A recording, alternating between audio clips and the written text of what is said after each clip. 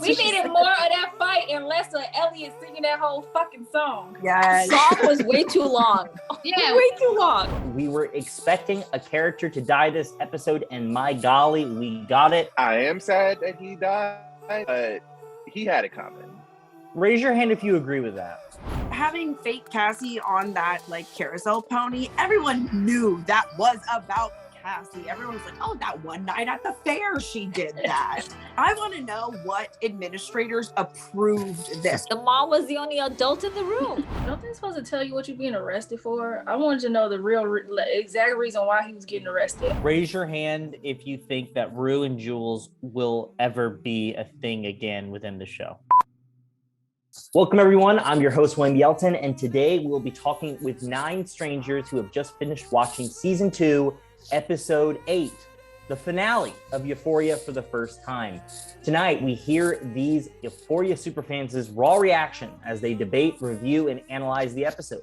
At the end of our discussion, each panelist will rank the episode 1 to 10, and I will average up the results to give this episode the rating provided by the men and women on this panel.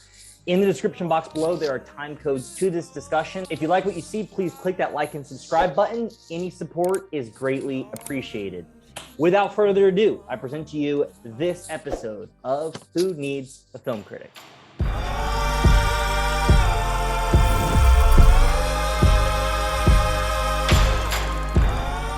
All right, in honor of the finale, I got a gift from one of the crew members. I got the Euphoria Season 2 swag. So let's just jump right in and talk about the elephant in the room. We were expecting a character to die this episode, and my golly, we got it. It might not be the scene in which Ashtray was killed, but it's certainly the scene that started everything. Let's take a look and then discuss.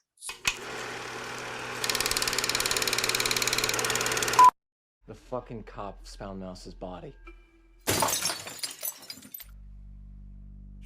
I thought you told me that Lori killed Mouse. I never said that. Yeah, you know, Lori. What are you talking about? All right, now. I think it's time for you to get out of here, big fella. This is becoming a fucking issue. Wait, Ash, no!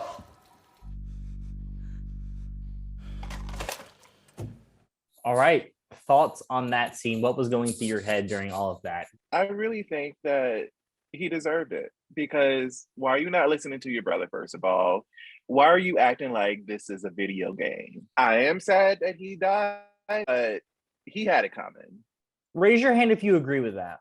Okay, 6 people plus LaShawn, that's 7 people. LaToya, you're not prescribing to it. You don't think he deserved it? No, he's a baby. I loved him.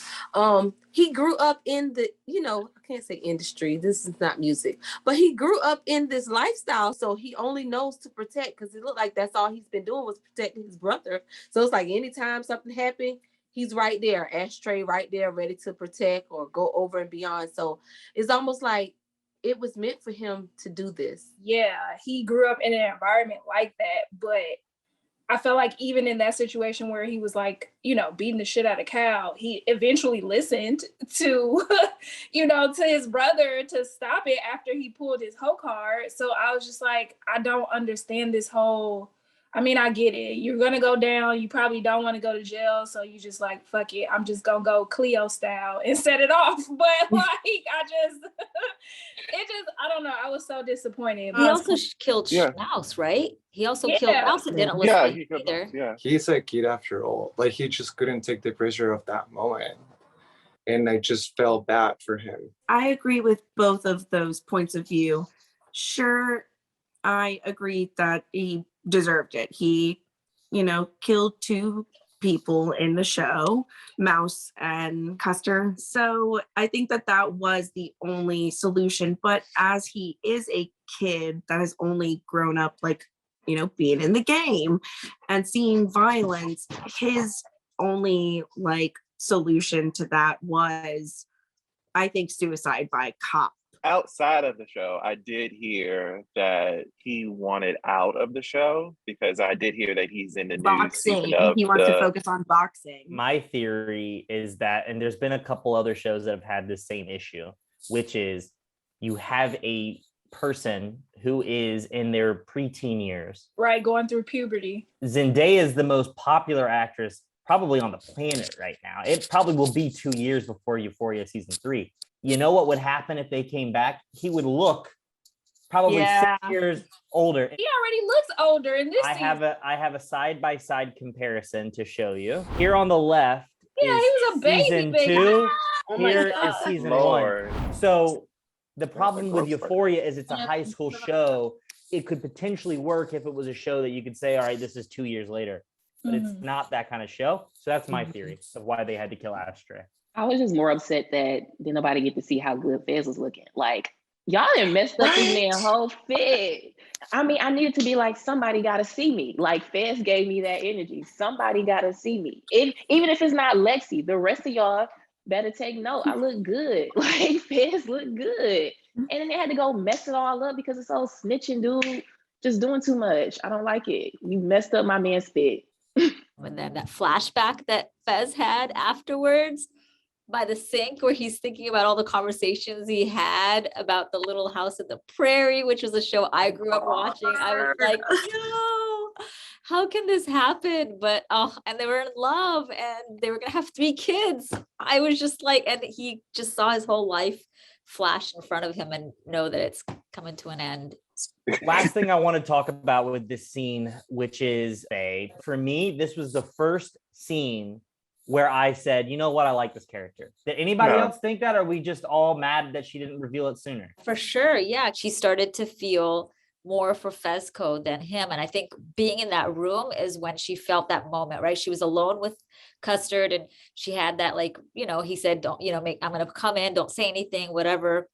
So she was on his side kind of, but not really. But then I think at that moment when she saw Fezco on him and figured out this was the moment that things are going to go down and she just couldn't let Fezco go. So she was like, nah. And I was like, yes, she finally did it. She had ample time to say something. And now when she just like drops a damn glass, she wants to like, no, I am not letting her off the hook like that. She could have told Fez when he was asking about the tie. Like there were so many times where she had him alone to be like, yo, don't say shit.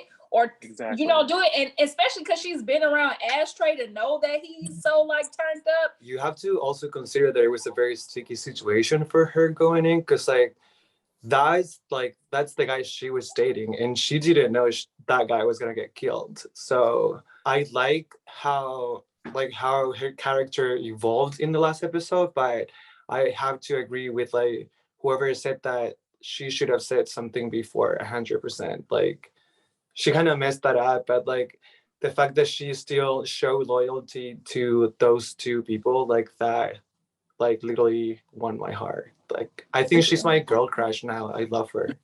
I agree. I would like for her to have said something earlier, but like she laid down the framework. If Ashtray had just not stabbed the guy, they might have been able to get out of that situation because of her. So I don't know what else you want from her. When she knew that information, she should have told him. She was scared for her life. If she ratted Custard out, something could have happened to her. So she's kind of played it. And at the end, she decided to go with Fezco. That loyalty should have been there already. This man took you in. You basically a fugitive. As soon as I heard that shit, I would have been like, yo, Fez, this is what I'm hearing. Because at this point, he's being persistent about, I got information. I'm finna be over here, blah, blah, blah. So she already knew. As soon as he walked through the door, she knew what was going to happen. She not fucking stupid. She an addict, but she ain't stupid. I wish she would have said something earlier, but then I was thinking, I think she wanted him to go and enjoy himself. So I think she didn't want to tell him. I think she wanted him to get dressed, go to this play, don't say nothing, like get out. She was trying to help him get out.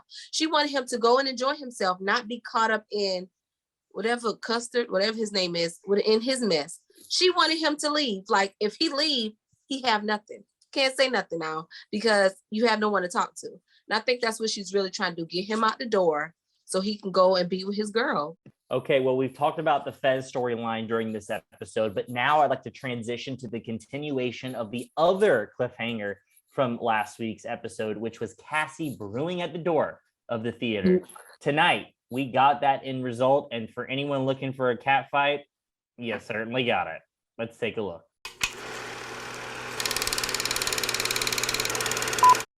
I'm not the one putting on a play to humiliate and embarrass you. Oh, really? What act are we in? Don't question it. I'm Suze. I'm the girl's mom in real life. Stop! You stop it. Lexi, I'm gonna fucking kill you. You're a fucking cunt, bitch! Language! Oh my god, I just lost fucking everything! Oh, this bitch needs to be put down. She slammed Cassie to the wall. I was like, That was her "Ow." only good hit, though. She only got one good hit in. She needs to be put down. That's We what she needed said. more of that fight and less of Elliot singing that whole fucking song. That part too. Yes. Song was way too long. Yeah. Way too long. But guys, we had to showcase our cast's talents. But then he said, "Oh, but I'm still working on it." No, you It just was sang the a 4-minute same song, it's verse and done. chorus. That's All right, done. let's get back on track. I agree, but let's get back on track. Don't get me wrong, like Maddie did slap the fuck out of her, and I appreciated that. But then after that, I'm like, you doing all this cat and mouse chasing until she banged her head on that wall. And I'm like, this is the fuck I'm talking about. Bang her head on that wall. Sammy, last week you raved about the mom in the audience, reacting to the play. What was your thoughts of the mom in Now this she's scene? in the play. Now she's in- There you go. I thought she did a great job. Also, I can't remember Lexi's co-pilot behind the scene, but she's just rolling with it. She's telling everyone that it's part of the play. Oh, yeah, Don't worry. Bobby. She's such a That G. girl is hilarious. She's like, So you have to. Lexi's brilliant. You Yeah. have to. I love her. Yeah, but I Love just her. love Lexi's mom so much too. She just, she saw Cassie coming and she was like, oh no, like she did not get her exorcism. This demon has not left this body and it is about to cause some chaos. So I loved having her on the stage as well. I loved how her mom was protecting her in the sense that she's like, this is a creative process. This is a creative play and everything goes, right? Like when you're becoming creative, you can't cut corners as a writer. It's like, that's the thing you fear of, like, oh, what are people going to think or say or whatever. But if you do that, it hurts the creative process. It's the creative process that I think the writer of the show felt too, right? Like this is kind of based off of his story and the people that maybe he was surrounded with or some way. yeah, art is art. But if you do have a play out there, which the entire school sees, it could be humiliating. So we look at Cassie as like this crazy person, but in a way, like I agree with her. Like, I think that there are limitations in what not you can do, but what you should do with art. And I do think that Lexi crossed the line.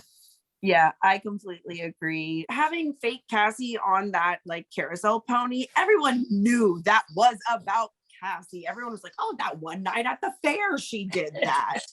So I want to know what administrators approved this. The mom was the only adult in the room. Yeah, I was just about to say that we don't, like, in a normal situation, you would think the principal or something would come up being like, all right, this is enough. But it's like the administrators are just like, nope, we'll let the mom deal with it. For me, what really caught my attention was when Cassie was walking down, and like I felt that she fully turned into like Maddie at that point, because like whenever she got to stage, it made me think of when Maddie went in the carnival to yell at Nate's family. That's how I felt. So I was like, whoa, like she fully turned into Maddie, like with the makeup on too. Like it was a shit show. Like it was so fun to watch though. I was expecting more. I mean, a little nosebleed, that was nothing. What somebody's foot was hurt, like, come on. No, it wasn't enough. But I don't like Maddie either, so I was expecting Cassie to at least get a few licks in there as well. I didn't get enough. It wasn't enough. I mean, obviously I did want more cat fight, in just the pettiness in me wanted that. But I kind of liked how it ended, because I get what Maddie was saying, don't worry, this is just beginning. And I felt like her punishment enough was going to be her being traumatized for being so in love with Nate, etc. Basically, she was just letting her know the roller coaster of hell ride that she's about to be on with Nate, emotionally, hopefully not physically, but possibly. I mean, she was also in that situation with Nate where it got physical. So she's going to be on one hell of a journey with Nate, and it's not going to be pretty. And see, I found that line as basically like a passing of the torch. And I thought it actually showed great maturity for Maddie. She could have said this: he's now your problem. Like that's what I took away from that. It was definitely a moment of relief for her. You can see it in her eyes. She almost had a little smirk too when she walked away, where she knew that, you know, I'm finally done with all of this. But passing the torch doesn't mean you ain't gonna get lit on fire, girl. Like she gonna get lit up. One last thing before we go on to the next scene. We've not talked about this character at all, but I thought it was definitely a moment of a rare moment of seeing her shine. I don't even know the character's name, but she's definitely like the sixth wheel out of the girlfriend group. BB, yeah, where she's like, call her the vape get girl. her out, get her out. Oh, because I had no idea who she was. I was like, who is she? That's me. You have to beat her ass, Maddie. Beat her ass. Maddie and Cassie weren't the only feuding characters that finally had their much anticipated confrontation. There was also Nate and Cal. So let's take a look at this scene and then discuss. I spent my whole life trying to protect you. And instead of loving me, you fucking hated me for it. I'm not proud of the person I've been. And I should have protected you. I should have kept you safe, and I didn't. I just want revenge. It's everything. Nate, don't do this. I'm begging you, don't do this. I don't think you're ever gonna change. Thanks, Nate. Appreciate it. Put your hands behind your head. Both of them. Thoughts on this scene? So I halfway guessed right, because initially I did think that Jules was going to expose Cal, but Nate did it himself. And I'm kind of here for it. Don't they supposed to tell you what you're being arrested for? I wanted to know the real exact reason why he was getting arrested. I needed to know. Was it because of Jules or was it because of some other shit? It's illegal to film someone without their knowledge. Yeah. Yeah. And Child child pornography, probably. Yeah, right. Did he have child pornography in there? Jules? Jules. I thought he said he didn't Jules. take a copy of Jules, though. He said there's no other copies. That was the only one. Well, that's the point that I want to make, because I knew when he gave Jules that tape, he lied to her a few times. And she specifically asked, has anyone else seen the tape, or is there any other copies that you know of? He flat out told her no. You have a whole damn flash drive of everything, and you showed it to the police. So who knows in the following season if how Jules is going to be brought into questioning, things like that, have to relive. Or there's just a lot more Jules out there in the world that are underage. Well, more than likely, there's going to be a lot of cases. There's going to be a lot to build the case, but Jules is one of the main characters. So of course, like, she's probably going to be brought into this, and her thinking that she's burnt the DVD and everything's put to rest when there's a whole drive and other people have seen this. But I was relieved in the scene, though, to confirm that Cal did not rape Nate. Can we put that to bed officially?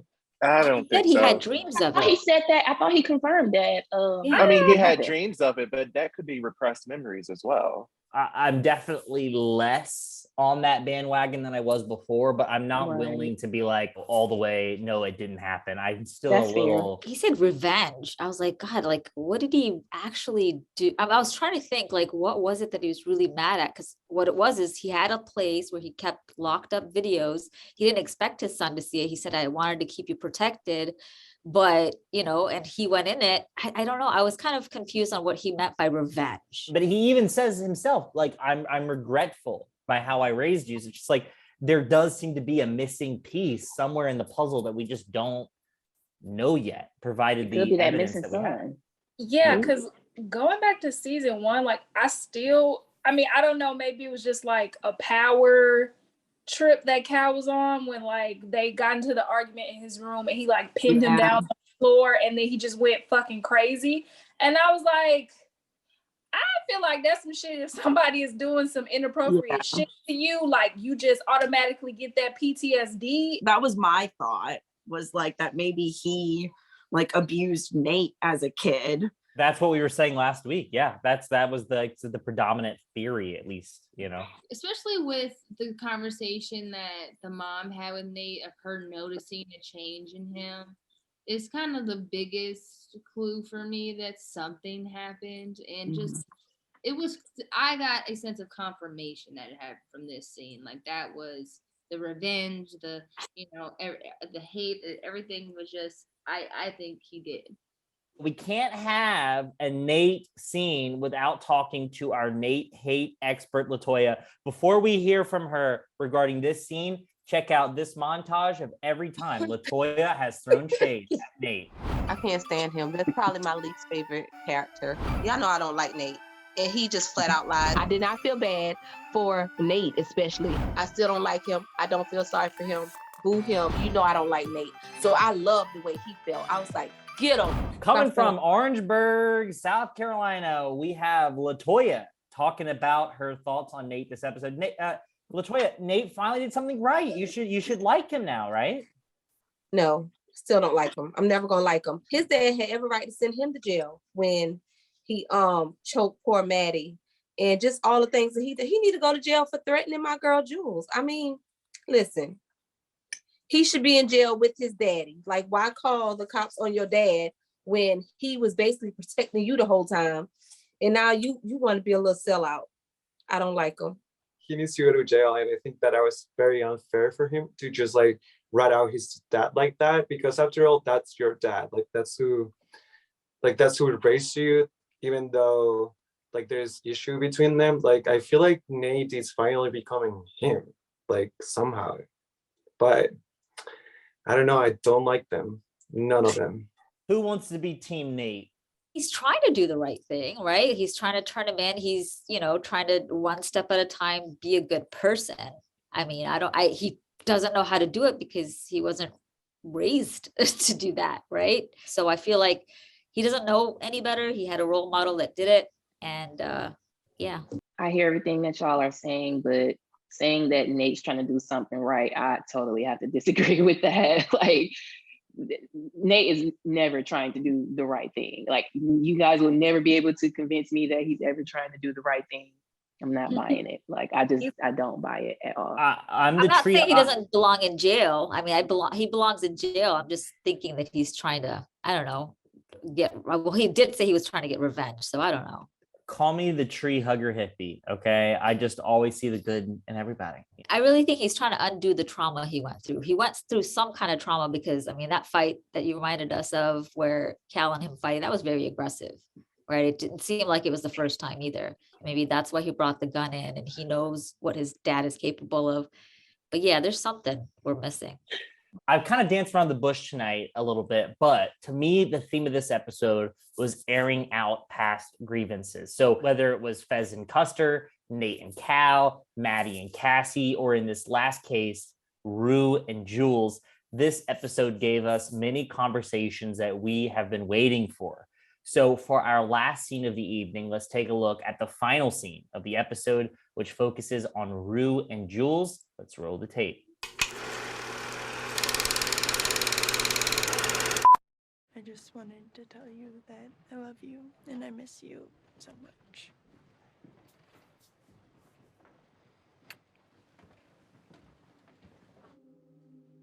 Jules was my first love. I'd like to remember it that way. I stayed clean through the rest of the school year. I don't know if this feeling will last forever, but I am trying.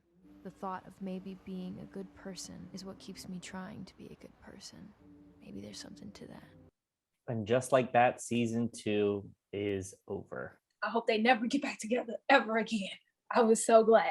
Yes, kiss her forehead and tell her, bitch, that's cute, but I see you on the flip side. Yeah, I don't think they're gonna get back together because like the way she said goodbye to her, like I think that was a very respectful way to say like goodbye. We cared about each other, but that's it. Like, I have to move on. That was very emotional for me. That was a good scene. I didn't think of it as a goodbye. I was thinking kind of when she was talking to Elliot, she said he asked if she had talked to Jules yet, and she was like, no, that's going to take some more time. I think her kissing her and leaving right away was her acknowledging Jules, saying like, I hear you. Kind of like what she said to Elliot, I thank you for pretty much saving my life because I most likely wouldn't be here still if you guys had done what you did.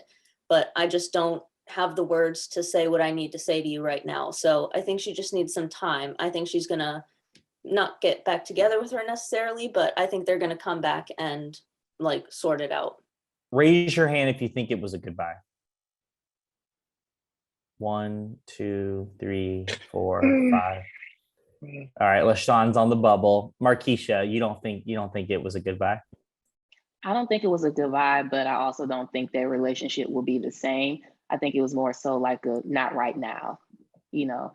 And Jules was in character, you know, she inserted herself as usual, was making it about herself as usual, which drove me crazy. But so I appreciated the kiss on the forehead, like, not right now, girl. But I think that based off what she said earlier to Jules, just after some time, maybe she'll be ready to have a conversation.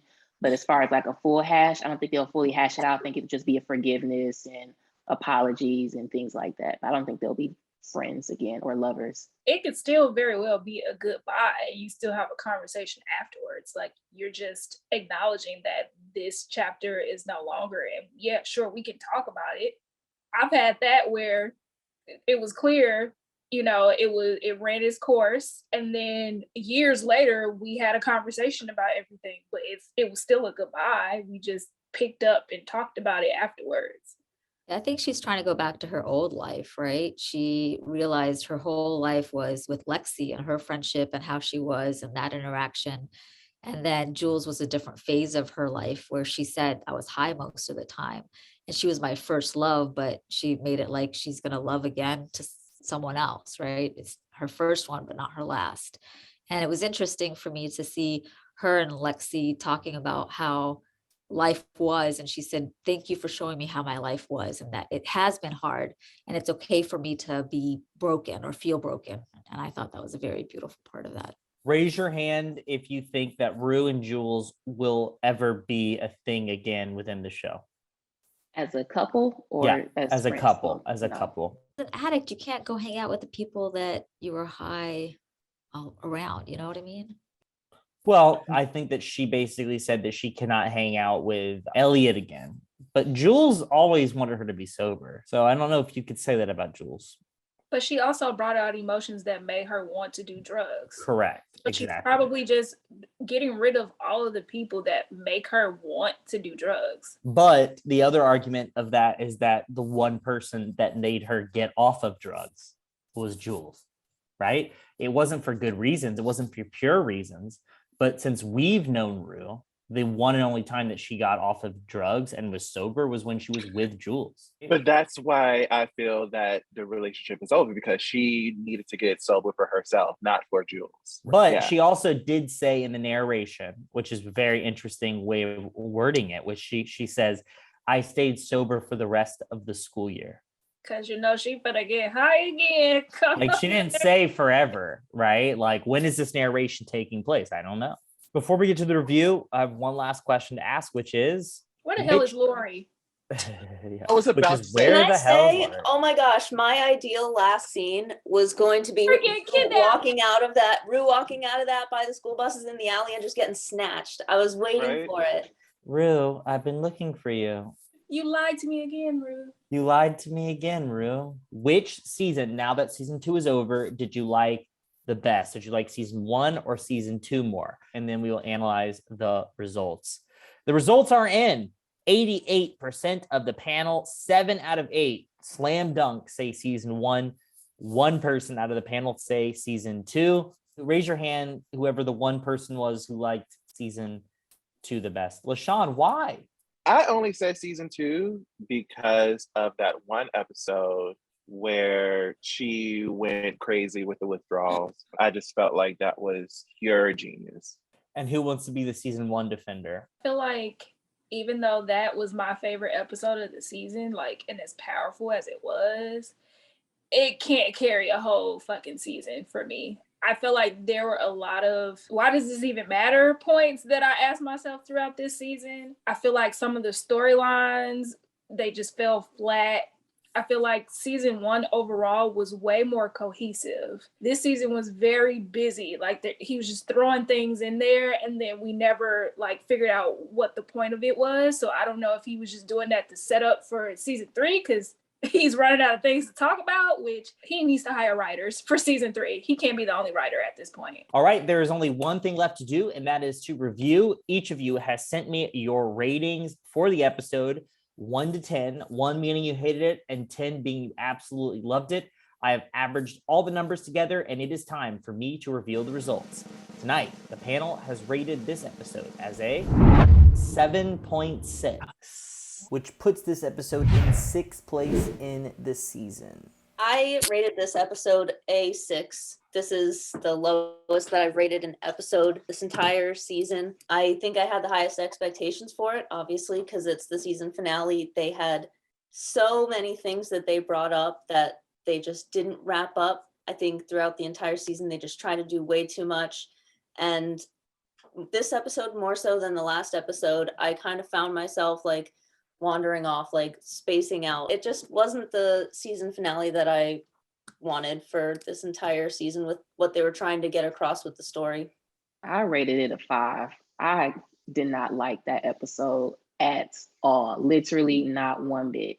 Not a drop. I didn't like it. It's because it was a season finale. To be honest, the only thing I cared about was Fez and Ashtray, and that was predictable. So I know a lot of people were crying. I wasn't crying. I did hold my chest because I don't want to see a kid get killed in the show, but I saw it coming. So even then, I was just like, okay, cool. But we could have stuck to that. I didn't care about Lexi's play. I didn't care about the song. I didn't care about Jules and Rue. Like, I literally cared nothing about no other scenario in that episode besides Ashtray and Fizz. I gave it an 8. I liked the parallels between like the play and real life, and just being a very relatable episode for me with like the transforming your trauma, the way that they were presenting, creating art, like the song. I know everyone didn't really like the song, was really long and stuff, but I'm an artist, obviously, so I made music, and I've definitely made music for a boy or something, or so.